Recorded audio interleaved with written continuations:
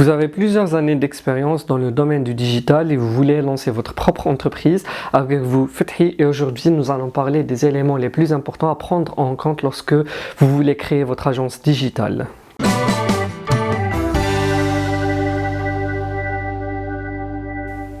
La passion est un élément très important car c'est ce qui permet en fait d'être motivé. Donc du moment où vous êtes passionné, vous êtes motivé pour pouvoir vous lever tôt le matin et puis aller travailler sur quelque chose qui vous motive. Vous avez donc un objectif qui est supérieur à celui d'avoir de l'argent. Car toute personne qui son objectif principal est l'argent ne va pas vraiment arriver à ses fins. Tout simplement car à un certain moment de sa vie, elle est obligée de faire le maximum et en même temps à avoir certains moments où elle n'aurait pas forcément beaucoup d'argent, où il y aurait des difficultés financières. Donc seule la passion et le dévouement vers ce qu'on va faire dans notre entreprise va nous permettre en fait d'avoir des résultats positifs et puis logiquement donc avoir un retour financier conséquent. Vous devez avoir une expertise. En fait, les clients des agences digitales recherchent des experts et non pas des prestataires de services. Donc si vous voulez par exemple atteindre certains clients importants, il faudrait absolument savoir que vous devez vous spécialiser dans un domaine bien précis et sur lequel vous avez la totale maîtrise de ce que vous faites. Du moment où vous êtes expert dans un domaine et vous arrivez à avoir de bons résultats, les gens vous contacteront spécialement pour ça. Également, lorsque vous voulez créer votre entreprise, il est très important de s'entourer des bonnes personnes. Quand on parle de s'entourer de bonnes personnes, ça veut dire que c'est les personnes qui vont en fait vous aider à vous améliorer, vous aider à avoir un bon recul par rapport à votre projet et puis de voir ce qui cloche et ce qui ne cloche pas. Du moment où par exemple vous avez du mal à convaincre vos amis, donc les gens qui sont les plus proches de vous ou par exemple votre famille par rapport à votre projet, donc vous allez en fait avoir des difficultés à convaincre vos clients.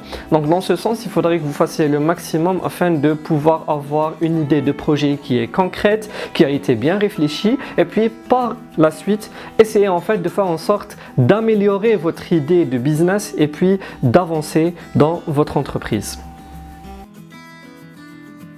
Du moment où vous choisissez de travailler seul dans votre entreprise ou bien de la gérer, on va dire seul, vous allez tout simplement avoir à prendre des décisions unipersonnelles. Et dans ce sens, donc, vous allez faire des erreurs et puis vous allez avancer avec le temps et corriger la donne afin de faire évoluer votre entreprise. Cependant, si vous décidez d'avoir des associés, il est très important de choisir les bons associés dès le début. Pourquoi? Parce que tout simplement, si vous choisissez un bon associé qui va apporter sa propre valeur ajoutée, vous allez tout simplement faire évoluer votre entreprise rapidement. Donc du moment où chacun est dans son domaine, donc chaque associé est dans son domaine et celui-ci apporte, on va dire, non seulement de l'expertise et puis aura des décisions qui sont bien réfléchies par rapport à votre entreprise va tout simplement évoluer très rapidement. Il est très important de faire en sorte en fait que vous soyez complémentaires et non pas le contraire. Si vous êtes complémentaire dans l'entreprise va évoluer rapidement. Du moment où vous savez ce que vous allez faire dans votre business, donc votre agence digitale, il faudra que vous passiez à l'action rapidement. Pour cela, en fait, il est très important d'être présent sur le web. Et dans ce sens, il faudra déjà définir votre logo, votre charte graphique, vous créez votre site web, vous l'optimisez pour le référencement naturel. Et ceci va vous permettre en fait d'avancer directement vers d'autres on va dire aspect de la gestion de l'entreprise, donc qui est le carnet d'adresses, les clients que vous allez avoir et la communication digitale qu'il y aura derrière afin de vous faire connaître et faire connaître votre service. Du moment où vous définissez un bon business plan, ceci voudra dire que vous fassiez une étude de marché, vous ayez le budget nécessaire pour pouvoir lancer votre business et puis avoir également donc des estimations, on va dire sur plusieurs années, on va dire 3 ans. Dans ce sens, vous allez avoir plus de facilité en fait à lancer votre entreprise et savoir surtout vers quoi vous allez partir. Et également, il est important de définir le business model. Donc le business model va, on va dire, se concentrer sur sur comment vous allez gérer vos revenus. Donc que ça soit par exemple dans la relance de clients, que ça soit dans la communication digitale que vous allez faire afin de pouvoir améliorer donc votre visibilité, etc. Tout ce que vous allez dépenser comme argent et comment vous allez le gérer est très important à prendre en compte dès le début, et cela va vous permettre en fait d'avoir une meilleure visibilité sur ce que vous faites, et puis d'avoir aussi un calendrier, on va dire, d'actions que vous allez mener dans votre entreprise, et voir en fait est-ce que vous êtes dans le bon chemin ou non, et puis prendre les décisions nécessaires afin d'améliorer votre rendement.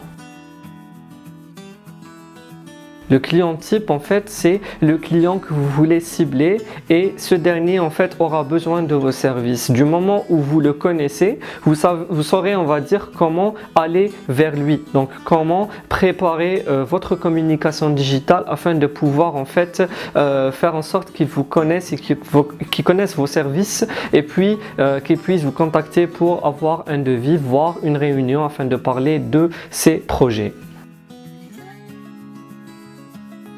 Lorsque vous allez en fait commencer à établir un plan de communication, il faudra définir dans quel domaine se trouve votre client type.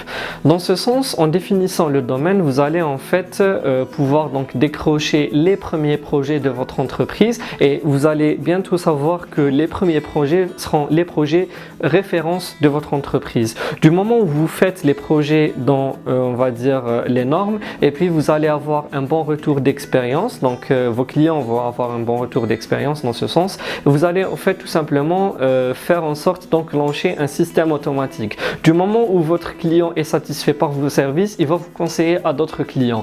Et dans ce sens, en fait, si vous définissez dès le début le domaine pour lequel vous allez travailler, par exemple une agence digitale qui travaille pour l'immobilier, ou une agence de communication digitale qui travaille pour les produits de cosmétiques ou autres, ça va être une agence en fait qui va apporter une valeur ajoutée au client. Et du moment où vous allez apporter une valeur ajoutée au client, cela voudra dire déjà que vous allez en fait avoir de l'expérience dans ce domaine en question. Vous allez connaître les produits, comment ça marche, leur système fiscal par exemple, le type de produit, le type de client qu'ils ciblent, etc. Et dans ce sens, avec cette expérience, vous allez en fait pouvoir cibler d'autres clients dans le même domaine, et en fait vous allez leur montrer tout simplement les résultats que vous avez eu avec vos premiers clients. Du moment où vos premiers clients ont un retour d'expérience qui est positif, donc ils vont non seulement conseiller d'autres clients donc dans le même domaine par rapport à vos services, et puis vous allez également pouvoir montrer de quoi vous êtes capable dans le domaine du digital, et puis donc en conséquent avoir plus de clients dans ce domaine. Donc vous pouvez toucher plusieurs domaines, mais il est très important de définir dès le début quel est le domaine sur lequel ou pour lequel vous voulez apporter votre valeur ajoutée dans le digital. Le plus important à prendre en considération lorsque vous créez une agence de communication digitale ou une entreprise en général, c'est de connaître la fiscalité et comment ça marche dans votre pays. Il est très important en fait de définir quel est le régime fiscal qui vous convient, donc si vous aurez à faire des choix en fiscalité, et puis en fait savoir quels sont les taux de pourcentage d'impôt qu'il faudra payer, également le taux de la TVA, et comment par la suite donc calculer votre bénéfice net. Ceci est très important si vous voulez en fait bien gérer déjà vos factures, et puis gérer également vos dépenses, parce qu'il est très important en fait d'avoir un bon équilibre entre les dépenses et les factures, et savoir également quels sont vos droits et vos obligations par rapport au dépôt de factures et par rapport au paiement que vous devez avoir de par vos clients. Voilà, nous arrivons donc à la fin de cette vidéo, j'espère qu'elle vous a plu. N'hésitez pas à vous abonner à notre chaîne YouTube, et puis si vous avez d'autres questions ou suggestions, n'hésitez pas à nous laisser un commentaire. Et à très bientôt pour une nouvelle vidéo.